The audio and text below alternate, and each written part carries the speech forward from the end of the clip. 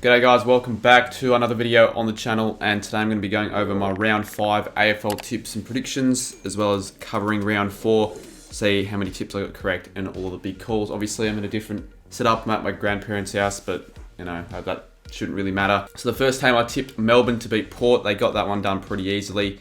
Then I tipped Brisbane to beat Geelong. Bit of a 50-50 that one, but the Cats got it done. I tipped Sydney to get over the line against North, but they only just won. That was an absolute nail biter. I tipped Collingwood over West Coast, and West Coast, they pulled off an upset victory there. I tipped the Western Bulldogs, unfortunately got that one wrong, Richmond won. I tipped the Giants in a bit of an upset, and I regret doing that. I should have just went for the Dockers, in all honesty. Then I tipped Essendon to beat Adelaide, St Kilda to beat Hawthorn, and Carlton to beat Gold Coast. And obviously, Gold Coast, they got the job done in an upset there. So 4 out of 9, that's my equal worst. I got 4 out of 9 round 1. I started poor, finished poor, did alright in round 2 and 3. And for my big calls, I only got 2 correct, and I really should have got 3. I had 3 instances where it was really close in whether or not I would get the big call correct or not. So the only 2 that I got correct were the first game where I predicted Port would score 4 or less goals at half-time. They didn't even score a single goal. And then I predicted in the Hawthorn Saints game that there'll be 30 combined goals scored throughout the game, and the Saints scored 22, so they did help that cause. So of course we all know what that means. That means I've got to do a punishment, and we'll quickly go have a look at the ones with the most likes. So the one that got the most likes from AFL Legend, he said let people on Omegle do your tips for round 6. Then the one with the second most likes was from Sportsnut, that I have to take a sip of some Coke from the shop and then ask for a refund. And then the last one is, I forgot the guy's name, but I'll put it up on screen. It was commentate a quarter of footy BT style, and every time Jack Steele gets the ball, I have to say lovely Steely. So as you can see on my phone, and we've got AFL Legends. Again, in back-to-back weeks, we've got AFL Legends punishment for the tips. So he's got over 100 likes. So next week's tips will be decided by those on Omegle, and I'm sure there'll be a certain someone watching this going to get really pissed off that I'm doing this. But hey, it's a punishment, so back off, mate. Alrighty, let's get right into the tips for round 5. We've got the first game between Brisbane and Collingwood, the Easter Thursday matchup at the Gabba. The Lions last week, they were pretty decent against the Cats, but overall I feel like the Cats were the better side. They had more inside 50s, more scoring shots, and everyone was, saying, the Lions should have won without pushing it back. Look, it wouldn't really have changed the game too much. So I think, the Lions weren't too bad. Their first loss of the season, they'll bounce back. The Pies, I didn't catch any of this game. It seemed like they should have won the game with all the dominance in the stats. They had, I think, 15 more inside 50s, more scoring shots, more disposals. They, on paper, they should have won that game. But the Eagles, they took their chances and they pulled off one of their great wins that they've had in recent times. So it's a bit of an interesting one, whether or not the Pies are going to bounce back or they're going to start to decline as they're a young side. I'm not too sure. I definitely feel like the Lions should win this game at home at the Gabba. They very rarely tend to drop games here. I don't think the Pies are going to put up too much of a fight. They will challenge, they will compete, but I've got the Lions winning this one pretty comfortably by 28 points, with my big call being that Lachie Neale has 140 or more Supercoach points. Expect a big game from Lachie Neale. So the second game of the round is the first Good Friday matchup, the annual Good Friday matchup between North Melbourne and the Western Bulldogs. I remember the Bombers and the Saints used to be the sides who would face up against North, and they were just never very good games. So we all know what happened last year between the two sides in this exact matchup. The Dogs got up by 128. But I don't think it'll happen this time around. The Dogs don't seem as dominant as they were in the start of 2021. I don't know, they were just disappointing against the Dogs. They had so many opportunities at goal, but they just weren't able to capitalise. There were 7 goals, 19. So it's become a bit of a story now for the Dogs. Back-to-back weeks where they've been super inaccurate. And, they're lucky last week that they didn't lose the game on accuracy. And right now they're sitting 1-3. They should beat North Melbourne, though, regardless of the result last week. North Melbourne, though, were very gallant against the Swans. After a really poor performance against the Lions, they bounced back. And they almost should have won that game. They had their chances late, but the Swans' experience at home, I always had a feeling that regardless of what was going to happen, the Swans were going to come out on top and win that game, which did happen. But I think, North will be a bit more competitive than they obviously have been in previous outings against the Dogs. But I think the Dogs really should win this game. It is a must-win game for the Dogs. I'll go the Dogs by 33 points. And my big call will be that the Dogs will have 33 or more scoring shots. And the second Friday game is between West Coast and Sydney at Optus Stadium. The Eagles, well, I don't think many expected them to pull off an upset win against the Pies. They were very, very heavy underdogs. You would have been a very bold person to predict that result in happening. I didn't really get to watch too much of the game, but holy crap, the Eagles, they just got it done. It was a very, very memorable victory for them. They got it done by 13 points to record their first win of the season. And Sydney, look, they weren't at their best. I feel like their last couple of weeks, they haven't really been at their best.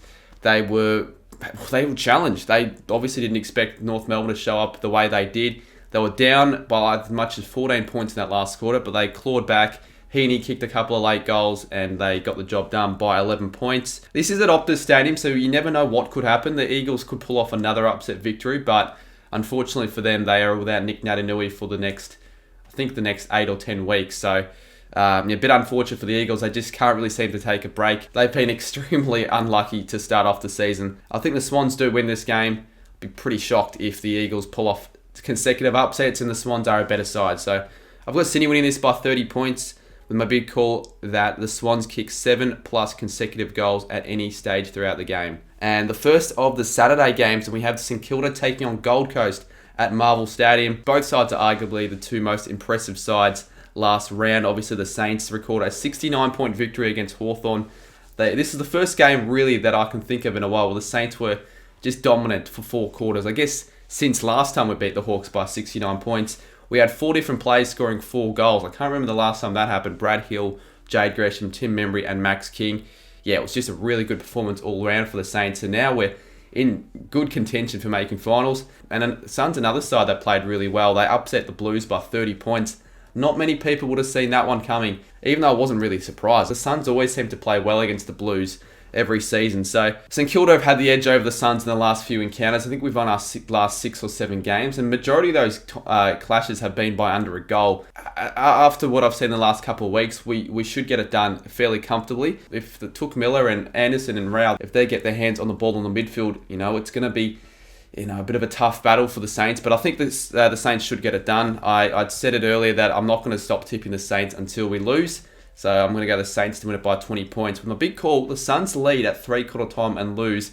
I do think that the Suns are going to take it up to the Saints in this one. And the next game, we've got Adelaide taking on Richmond at the Adelaide Oval. The Crows were gallant in a 4-point defeat against the Bombers on the weekend. I didn't watch this game, but geez, they could have won the game. They had a few chances late. Walker had that shot. Whoever passed it could have passed to Himmelberg in the dying seconds. But it wasn't to be, and for the Bombers' sake, they really needed that win, and they got it. But Adelaide have been alright this season. I mean, bar that poor performance against the Pies, they've been competitive in all their others, and this is another winnable game for them, even though the Tigers have been hot in their last game. They obviously dismantled the Dogs in that game by 38 points. They were the far superior side. They took their chances when it mattered, and from there they were able to play the game the way they wanted to. And they've been one of those bipolar sides, the Tigers, this year. They played poor, play well, play poor, play well. Is this going to be the case where the Tigers drop off their form again, or are the Tigers finally going to be able to find some form and win 2 consecutive games of footy? It actually is a bit of a tough one. I could definitely see the Crows upsetting this one. Walker was huge in his return game, kicking 4. I think if he can kick a bag of goals in this game in front of the home fans, they can get up and about. The Crows can win this game. So I'm going for the upset here. Adelaide by 4 in a thriller. Big call. Taylor Walker kicks 5 or more goals to get back to his form that he found himself in early 2021. And the last game on the Saturday is between Melbourne and GWS, Saturday night footy. There's not really too much to say about the D's so far this year. They've just been the benchmark side. Haven't played their best footy. We can all agree on that. They've sort of been playing in third gear for all their games, but still been able to record 5-goal wins, it seems like, every game. They haven't looked like losing in any game they played this season at all. And of course, are the only side that are still undefeated after round 4. GWS are pretty disappointing against the Dockers. The only bit of the match I caught was at the end when the Dockers piled on 5 goals in the last 8 minutes. And, even though the free kick count was 40-16 or whatever it was, something ridiculous like that, the Giants, they can't use that as an excuse. They just weren't good enough in the end. And there's, now a few problems down for the Giants because they're most likely going to start 1-4. And it's going to be very tough to find form after that and be able to still push for finals after starting 1-4. I think they're capable. They have the list, but they haven't started the way they wanted to. So I wouldn't necessarily say it's a tough one. I think Melbourne will win, but again, Melbourne are due for a loss at some stage. And last year, I was actually at this game. The Giants upset the Ds and actually got the job done at the G. But I'm going to go safe in this one. I'll be very surprised if the Giants get up. Melbourne by 22 points, but the Giants will be in the lead for majority of the game as my big call. First of the Sunday games, we've got Carlton v Port Adelaide. Before the Suns game, I thought this was going to be a side that was undefeated versus a side that was yet to win a game. But of course, the Blues didn't get the job done against the Suns and are sitting 3-1. Of course, we all know what's going on for the Power. They've been dreadful to start off the season, 0-4. Geez, they were just disgraceful against the Ds on Thursday night. And the Ds weren't even that good either. Port Adelaide just kept making too many skill errors, and it was just one of the most painful games of footy to watch. They were lucky to get a few cheap goals at the end, but only managed 4 and almost went a whole 3 quarters without scoring a goal altogether. So yeah, alarm bells are ringing for the Power. If they don't win this game, which I don't think will happen, I can't see them making finals. I already can't see them making finals from the position they're in at the moment. Carlton weren't amazing against the Suns. I feel like for the Blues, they might be too heavily reliant on their midfield. And I do feel like they're a little bit too one-dimensional. Obviously, Cripps went down in that game. Mark Pitnet, who's a very important player for them this season. And they just weren't able to stop the Suns. Took Miller had a great game. Anderson had a great game. But I think Carlton win this one at home. Port Adelaide just don't look like winning a game. And without Ollie Wines, that's a big blow for them. I think they should get it done in the midfield, and the Blues should win it by 14 points. A big call that 10 more goals than behind is scored throughout the entirety of the game. The second last game is between Essendon and Freo. This game will also be on Easter Sunday. Of course, the Bombers recorded their first win of the season against the Crows, but that could have easily been a loss. Look, it didn't really matter how they got it done, as long as they got the win. That's, I guess, all that matters. But the Bombers have had a shaky start to the season and could have easily been 0-4 if things didn't go their way in the last few minutes. But now it's looking a little bit more positive for them. The next few games are winnable, and this one's certainly a winnable game against the Dockers, who are looking very hot, who are currently sitting third on the ladder. Of course, Freo recorded a pretty good win against the Giants in their Starlight game. It was even for 3 quarters, but then in that last 10 minutes, Fremantle broke the game away and kicked 5 or 6 late goals to almost dismantle the Giants in that last quarter. This one could go either way. I feel like, I actually don't know what the odds are, but the Freo are just not a good side at Marvel. They don't track well. I mean, UCAT, he's a Dockers fan, and he has no faith in his side winning this game, even though they're coming up against a side who are 16th on the ladder. So, yeah, I mean, this game could go either way. I think both sides are capable of getting it done. It's just whoever really takes their chances. I'll probably go the Bombers in this one. I think the Bombers get it done in a very close game, 8 points. And my big call will be that there are 10 or more lead changes throughout the match. So, of course, the last game of the round is the annual Easter Monday clash between Hawthorn and Geelong. Hawks were pretty disappointing against the Saints. They sort of got a reality check in a way after their hot start to the season, obviously losing by 69 points. But obviously goes to show that Sam Mitchell, doesn't want to change things up. They still played risky. They played down the corridor. They kept taking risks, but they just weren't able to pay off. I think they conceded over 100 points for turnovers, which is, you don't see that very often. They were very poor with their footy. And, they were poor in the defence as well. I think the Saints scored 142 points in only 46 inside 50s, which I can't believe we managed to do that. But, I feel like the Hawks are going to have performances like that here and there throughout the season. The Cats, on the other hand, they recorded a pretty good victory against one of the best sides in the comp in the Lions. And it was neck and neck for like 3 quarters of footy. In fact, for the whole game. But the first 13 or 14 goals were not consecutive. So Geelong scored the first, then it was Brisbane, Geelong, Brisbane, Geelong, Brisbane.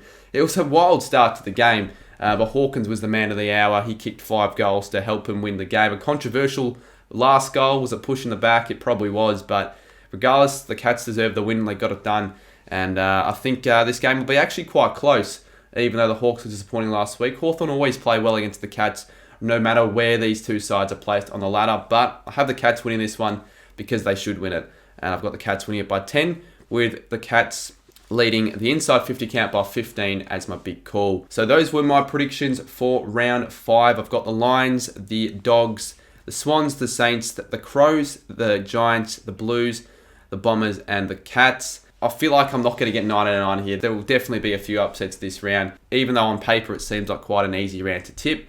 And of course, we'll go over my tipping comp. Surprisingly, after only tipping 4, I only went down 21 spots. I'm 489th. For round 4, we had 3 people tip 8. And they were all Collingwood fans, funnily enough. HGFYT, Nick Dacos Official, and Nugget YT. I'll put his YouTube link in the description, actually. That's a very solid effort from Nugget YT. And then if we have a look at the total tippers, we've got 3 people on 28. Banger Harvey, Saints fan 2007, and Cade Wilson. And then a few people on 27. Proto House, Mr. Worldwide, Noah Skeeter, Cal Coon, who's known as Susie on YouTube, and Ollie166, rounding out the top 8. So, solid effort. I am 8 tips away from the leader. Of course, I'll chuck in the tipping link in the description if you guys want to join for a chance to win prizes and get shout-outs weekly in the videos. Comment out a punishment that's appropriate and doable in the comment section down below. But yeah, thanks all for watching, and we'll see you soon in my next one.